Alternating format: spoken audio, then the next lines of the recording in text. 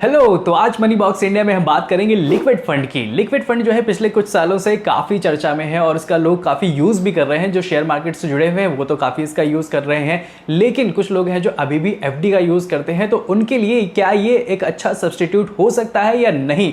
क्या एफडी से इसमें ज़्यादा फायदे हैं या कम फायदे हैं? तो ये सारी चर्चा हम आज की इस वीडियो में करेंगे और साथ ही मैं आपको ये भी बताऊंगा कि आप कैसे एक अच्छा लिक्विड फंड चूज कर सकते हो। इसके कुछ क्राइटेरिया होते हैं, वो आपको जानने बहुत ज़रूरी हैं। तो चलिए बिना किसी देरी के लेट्स स्टार्ट। तो लिक्विड फंड होता क्या है? लिक्विड फंड एक तरह का म्यूचुअल फंड ही होता है। तो जो लोग जानते हैं कि लिक्विड फंड क्या है वो इस पार्ट को स्किप कर सकते हैं, लेकिन हाँ, आगे की वीडियो जरूर देखना, काफी काम आने वाली है।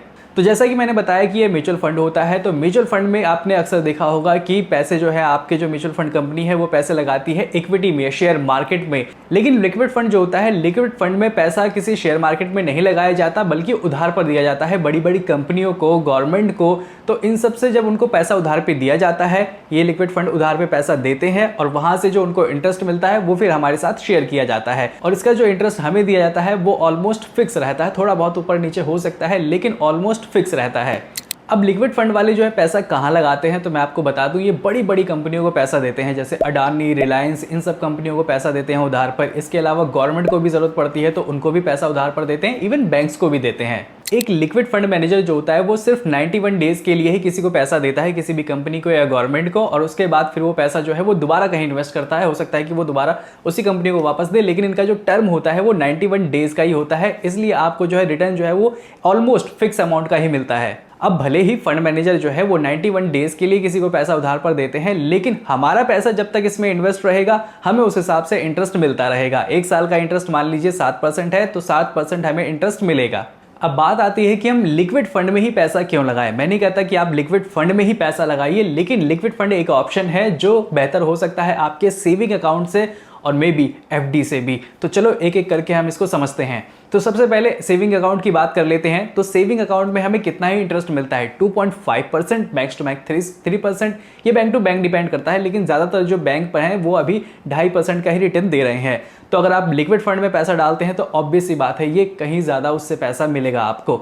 अब दूसरी तरफ बात आती है एफडी की। एफडी से कंपैरिजन करें तो ऑलमोस्ट ये सेम ही है, क्योंकि एफडी भी ऑलमोस्ट उतना ही इंटरेस्ट देती है जितना लिक्विड फंड देते हैं। लेकिन यहाँ पे लिक्विड फंड में आपको यहाँ पे एक प्लस में फायदा मिलता है, और वो ये कि जब हम प्री मेच्योर एफडी तोड़ते हैं तो हमें 0.5% या फिर 1% की पेनल्टी लग जाती है। लेकिन लिक्विड फंड में ऐसा कुछ नहीं होने वाला। हाँ, बस आपको ये ध्यान रखना है कि आपको 7 दिन से पहले अपना पैसा नहीं निकालना है, वरना आप पर एक एग्जिट लोड लग जाएगा। एग्जिट लोड और कुछ नहीं, आपके पैसा निकालने की एक छोटी सी फीस होगी। अब आपका जो लिक्विड फंड का पैसा है वो आपको कितने दिनों में वापस मिल सकता है? अब इसके बारे में बात करें तो आपका हो सकता है कि शॉर्ट टर्म गोल हो 3 महीने का, 6 महीने का, साल भर का। तो यहाँ पे मैं आपको बता दूं कि आप जब भी पैसा निकालना चाहें आपको T+1 में पैसा मिल जाएगा। इसका मतलब ये है कि आप आज अप्लाई करते हैं तो आपका पैसा जो है कल आपके अकाउंट में वापस आ जाएगा विथ प्रॉफिट। लेकिन हाँ, आपको ये भी ध्यान रखना है कि T+1 में पैसा आपका जरूर वापस आ जाएगा, लेकिन इस बीच में आपका कोई हॉलीडे नहीं होना चाहिए, किसी प्रकार का वीकेंड नहीं होना चाहिए। मान लीजिए कि कल छुट्टी है और आपने आज पैसे के लिए अप्लाई किया है कि आपका पैसा वापस हो जाए, तो आपको कल नहीं मिलेगा बल्कि परसों वापस मिलेगा। तो क्या लिक्विड फंड में किसी तरह का रिस्क है? रिस्क देखिए, फाइनेंस की किसी भी चीज में रिस्क हमेशा ही रहता है, इवन एफडी में भी रिस्क रहता है। अगर आपका बैंक डूब गया तो आपने भले ही 10 लाख की एफडी कराई हो, 25 लाख की एफडी कराई हो, उसमें आपको सिर्फ 5 लाख रुपए ही वापस मिलेंगे इन केस अगर आपका बैंक डूब गया तो। और बात करें लिक्विड फंड की तो यहाँ पे रिस्क ये रहता है कि आपका जो फंड मैनेजर है उसने किसी लो रेटिंग कंपनी में तो पैसा नहीं लगा दिया है, क्योंकि लो रेटिंग कंपनियां अक्सर जो होता है वो आपको ज़्यादा इंटरेस्ट देती हैं। तो इस चक्कर में आपको जब लिक्विड फंड आप सिलेक्ट करेंगे तो उसमें आपको इंटरेस्ट ज़्यादा के चक्कर में नहीं पड़ना है, एक जो नॉर्मल इंटरेस्ट रहता है वो देख कर चलना है। वो इस वीडियो में मैं आपको अभी बताने वाला हूँ कि कैसे आपको सही लिक्विड फंड चूज करना है। अब आपको सही लिक्विड फंड कैसे चूज़ करना है तो उसका एक छोटा सा क्राइटेरिया है, मैं आपको जल्दी से बता देता हूं। तो आपको आ जाना है टिकर टेप पे। ये एक फ्री प्लेटफॉर्म है, यहाँ पे आप देख सकते हैं। आप जैसे ही आप लॉगिन करेंगे तो आप चले जाएंगे स्क्रीनर पे जाने के बाद आप म्यूचुअल फंड में जाइए। म्यूचुअल फंड के बाद आप स्टार्ट कीजिए स्टार्ट स्क्रीनिंग, और यहाँ से आप लेफ्ट साइड में जब आप देखेंगे तो यहाँ पर लिखा होगा डेट। अब डेट इसलिए क्योंकि देखिए ये डेट म्यूचुअल फंड ही कहलाते हैं, लिक्विड फंड। अब सबसे पहले जो चीज़ हमें देखनी है वो देखनी है AUM। यहाँ पे ये AUM नज़र आ रहा है आपको, ठीक है। AUM जो होता है वो होता है एसेट अंडर मैनेजमेंट, यानी कि जो लिक्विड फंड है ये कितना फंड मैनेज कर रहे हैं, कितना पैसा लोगों ने इनको दिया हुआ है मैनेज करने के लिए और वो कितना पैसा आगे दे रहे हैं। तो यहाँ पे हम जो इसको करेंगे ज़्यादा, ठीक है, 20-30 हज़ार के ऊपर जो है इसको लेके जाते हैं। ठीक, अब हमारे सामने कुछ ही कंपनियाँ आ गई हैं। अब आप इसमें जो है ऐड कर दीजिए रिटर्न 1 साल का, कि ये कितने साल का रिटर्न दे रहे हैं, कितना रिटर्न दे रहे हैं। ठीक है, तो ये इस तरीके से हमारे सामने रिटर्न आ जाएगा। अब हमें इसमें एक चीज़ और ऐड करनी है और उसको बोलेंगे हम शार्प रेशो। तो शार्प रेशो जो है हमारी रेशो में जाकर हम यहाँ पे शार्प रेशो ऐड कर लेंगे।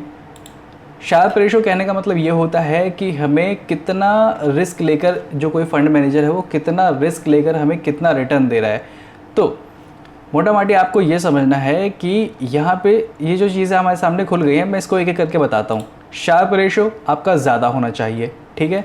एप्स रिटर्न ऑब्वियस सी बात है, आप कोशिश करेंगे देखेंगे कि रिटर्न ज़्यादा है, लेकिन बहुत ज़्यादा रिटर्न के चक्कर में आप ना पड़िएगा। शार्प रेशो के हिसाब से उसको ध्यान में रखिएगा। एक्सपेंस रेशो, एक्सपेंस रेशो जो है वो हमारा एक यही चीज़ है जो हमारा सबसे कम होना चाहिए। जो भी हम चीज़ें देख रहे हैं उसमें यही सबसे कम होना चाहिए। तो इसको हम कुछ इस तरीके से कर लेते हैं, ठीक है। तो ये सबसे कम होना चाहिए। और उसके अलावा रिटर्न है, AUM हमने डिसाइड कर ही लिया है। तो ये सब चीज़ें कुछ आपको देखनी है और इस तरीके से आपके सामने जो है ये तकरीबन इस तरीके से कुछ कंपनियां खुल जाएंगी। और ये जो डेटा है ना वो बदलता रहता है। तो ये मेरा कोई रिकमेंडेशन बिल्कुल भी नहीं है, ये सिर्फ आपको एक तरीका मैं बता रहा हूँ कि इस तरीके से आपको एक हेल्प हो सकती है जिससे आप थोड़ा सही लिक्विड फंड चूज़ कर सकते हो। इसको थोड़ा और मैं डिटेल में बताता हूँ। अब मान लीजिए कि ये एक रैंडमली मैं उठा रहा हूँ, ठीक है। इसको हम डिटेल में जाएंगे इस लिक्विड फंड के, और जैसे ही हम इसके नीचे जाएंगे तो इसका सारा लेखा जोखा हमारे सामने आ जाएगा, ठीक। अब आप ये देख सकते हैं कि ये लिक्विड फंड कहाँ कहाँ अपना पैसा जो है वो दे रहा है, यानी कि आपसे जो पैसा लिया जा रहा है वो लग कहाँ रहा है। तो कमर्शियल पेपर्स हैं, सर्टिफिकेट ऑफ डिपॉजिट है, ट्रेजरी बिल है, कॉर्पोरेट डेट है, तो इस तरह की चीज़ें हैं। अब इसमें देखेंगे आप ज़्यादातर जो है वो सरकारी कंपनियों में ही पैसा लगा हुआ है, सरकारी बैंकों में ही पैसा लगा हुआ है। लेकिन कई बार क्या होता है कि बड़ी बड़ी कंपनियों में भी पैसा लगता है, प्राइवेट कंपनियों में भी पैसा लगता है। तो चलिए एक दूसरे लिक्विड फंड की डिटेल्स देखते हैं हम। तो यहाँ पे देखिए, यहाँ पे भी एलोकेशन यहाँ पे दिया हुआ है बराबर। और उसके अलावा जो मैं चीज़ आपको दिखाना चाह रहा था वो ये कि यहाँ पर जैसे हिंदुस्तान पेट्रोलियम कंपनी है, NTPC है, सिटी बैंक है, तो इनमें ना एक रेटिंग दी हुई है क्रिसिल A1+। तो आपको इन रेटिंग्स का ध्यान रखना है, ठीक है। तो ये रेटिंग्स जो है ये A1+ में ही होनी चाहिए, क्योंकि अगर इससे नीचे की कंपनी है तो हो सकता है कि फिर कभी ना कभी डिफ़ॉल्ट वाला सीन भी आपके सामने आ सकता है। लेकिन इस तरह की कंपनी होती हैं तो उनके साथ डिफ़ॉल्ट वाला सीन नहीं होता, यानी कि आपकी जो सेफ्टी है वो बरकरार रहेगी। तो एक बात और कि जैसे FD में जो है आपका TDS कट होता है, लिक्विड फंड में कोई TDS कट नहीं होता है। लेकिन हाँ, आपका टैक्स ज़रूर पड़ता है, जो भी आपकी टैक्स स्लैब होती है उसके अकॉर्डिंग आपको टैक्स देना होता है। अब मैंने आपको ये तो बता दिया कि लिक्विड फंड कैसे चूज़ करना है, लेकिन ये आपको मिलेंगे कहाँ पे आप इनमें पैसा लगा सकते हैं। तो देखिए, कई सारे जो डीमैट अकाउंट होते हैं वो इस चीज़ को ऑप्शंस देते हैं, जैसे ज़ीरोधा है, धन है। तो ज़ीरोधा में क्या है कि काइट एप्लीकेशन आती है, उसके साथ आपको कॉइन भी इंस्टॉल करना पड़ेगा। अगर आपका ज़ीरोधा में अकाउंट है तो आप कॉइन को इंस्टॉल करेंगे, एक ऐप आती है उन्हीं की, और उसके बाद वो उसमें हो जाएगा, मिल जाएगा आपको।